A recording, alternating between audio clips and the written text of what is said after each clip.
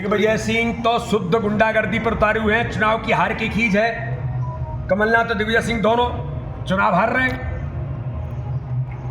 इसलिए वो इस प्रकार के न्यूसेंस क्रिएट करने का काम कर रहे हैं। जो खजुराहो के अंदर भी चुनाव भारतीय जनता पार्टी हत्या सिंह मोहम्मद से जीत रही है, लेकिन 2 घंटे पहले 20 लोगों के खिलाफ 302 की FIR चुनाव को प्रभावित करने का प्रयास हुआ है।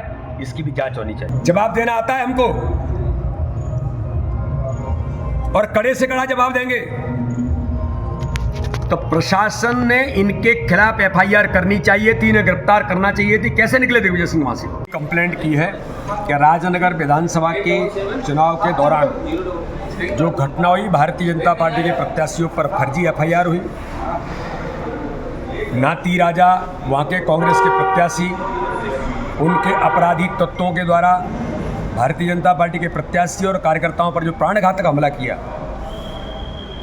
और उनके ड्राइवर की तथाकथित जो कहा गया कि किसी गाड़ी के दबने से उसकी मौत हुई है, मैं संवेदना व्यक्त करता हूँ।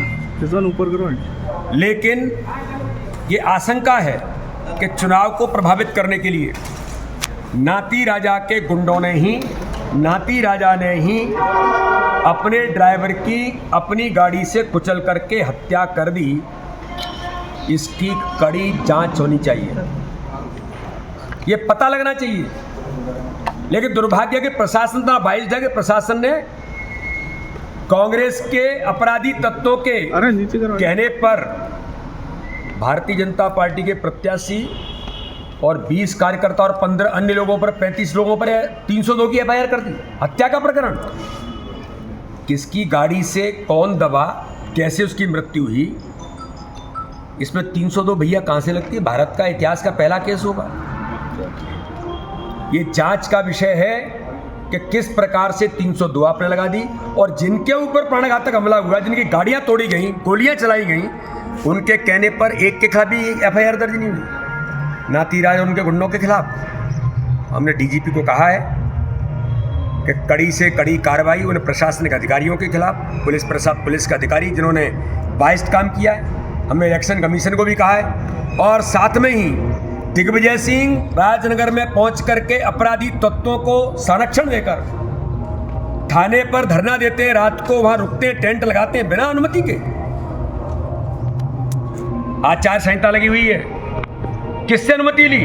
और प्रशासन ने इनको इस प्रकार के लोगों को प्रवोक करने के लिए लोगों को मारो।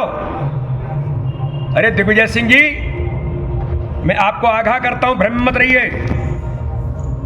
आपके लोगों को प्रवोक करने से भारतीय जनता पार्टी का कार्यकर्ता तत्पर और तैयार बैठा है। जवाब देना आता है हमको और कड़े से कड़ा जवाब देंगे। तो प्रशासन ने इनके खिलाफ FIR करनी चाहिए थी, इन्हें गिरफ्तार करना चाहिए थी। कैसे निकले दिग्विजय सिंह वहां से? सर, दिग्विजय सिंह रैली जा रहे हैं, वो कह रहे हैं। और ये दिग्विजय सिंह ने जिस प्रकार से कानून का घोर उल्लंघन किया है, इनके खिलाफ कड़ी कार्रवाई प्रशासन करे, हमें आज ये मांग की है। Eklavya University Damoh will guide you towards a bright future. 28 acres of lush green campus, largest campus of Bundelkhand, experienced and dedicated faculty. 50 future-ready courses taught in 12 different schools, separate courts and ground for sport, fully equipped lab and workshop, safe and fully equipped separate hostel for girls.